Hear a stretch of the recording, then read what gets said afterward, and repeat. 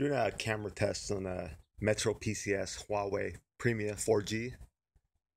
Right now we're in setting 720 HD. So overall, a very good camera. Haven't really seen too many problems. Only problem I see is the focus taking like a second or two to catch up. If you can notice that, I'll scroll over here.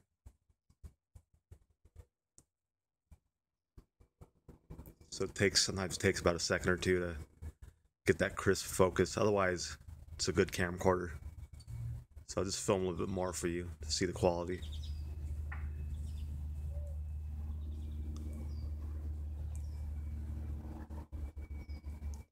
And you can see that focus still, there's a slight lag on that. That's the only problem I noticed.